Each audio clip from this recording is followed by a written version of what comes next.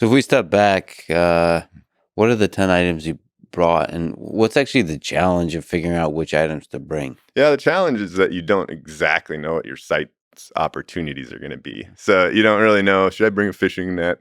Am I going to even have a spot to net or not? And things like that. I brought a axe, a saw, a Leatherman wave, ferro rod is like a makes sparks to start a fire, a frying pan, a sleeping bag, a fishing kit, a bow and arrow, trapping wire, and paracord. And so those are my 10 items. Is there any regrets? No major regrets. I took I took the saw kind of. I thought it would be more of a calorie saver than I didn't really need it. In hindsight, if I was doing, season 7 instead of 6 and got to watch, I would have taken the net, because I just planned to make a net, but I would have rather just had 2 nets and brought one and left the saw, because in the northern woods in particular, every tree is, the size of your arm or leg. You can chop it down with an axe and So a couple axe is swings. Yeah, you don't really need the saw. And so it was handy at times and useful, but I think it was if I had to do 9 items, I would have been just fine without the saw. So 2 nets would just expand your food gathering potential.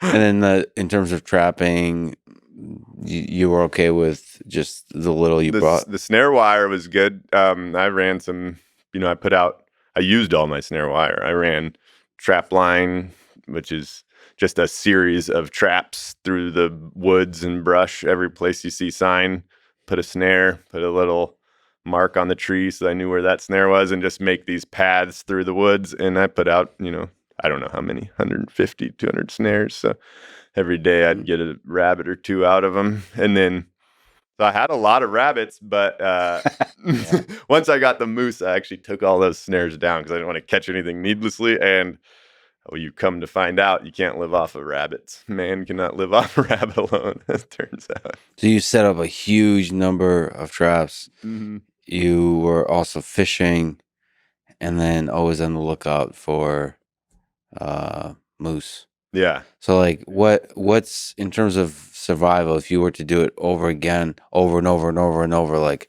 how do you maximize your chance of having enough food to survive for a long time? You have to be really adaptable, because it's always gonna look different. Your situation, your location. I actually had what I thought was a pretty good plan going into Alone.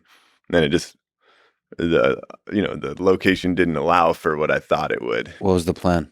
Well, I thought I would just catch a bunch of fish, because I'm on a really good fishing lake. Mm-hmm. I'd catch a whole bunch of fish and let them rot for a little while, and then just drag them all through the woods into a big pile, and then hunt a bear on that big fish pile.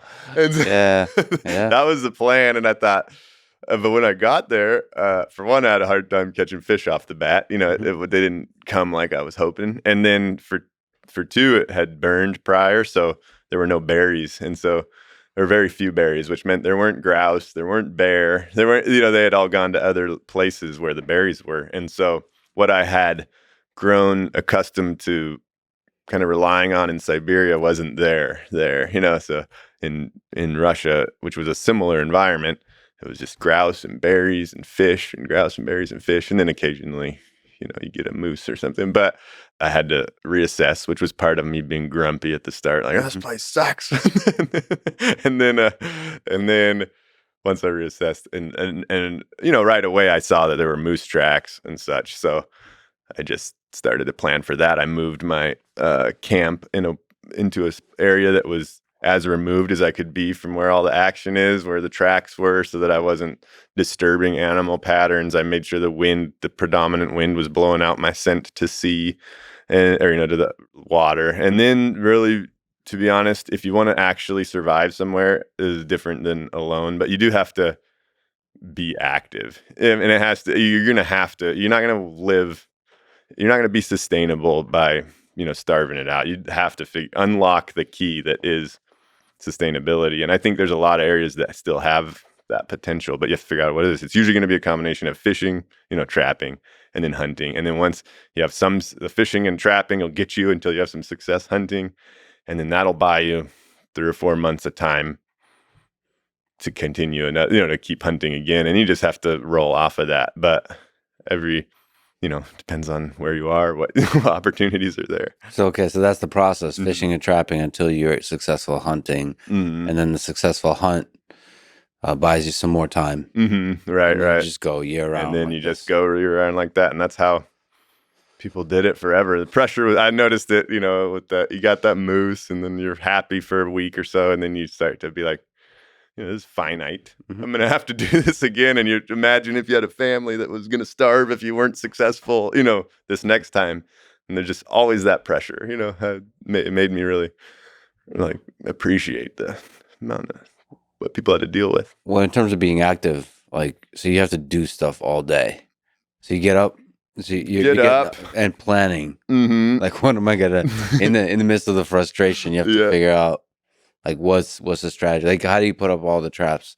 Like, is that a decision? Like, most people like sit at their desk and have like a calendar or whatever. Are you like figuring out like? One thing about wilderness life in general is it's remarkably less scheduled than anything we deal with. Schedules are fairly unique to the modern context. So you'd wake up and you just you have a confluence of things you want to do, things you need to do, things you should do, and you just kind of tackle them as you see fit as it flows in. So and that's actually one of the things that I really appreciate about that lifestyle is it really is, you're kind of in that flow. And so I'd wake up and be like, maybe I'll go fishing. And then I'd wander over and fish. And then I'd be like, I'm going to go check the trap line, add every day. If I add 5 or 10 snares, you're constantly adding to your productive potential. And then, but nothing's really scheduled. You're just kind of flying by the seat of your pants.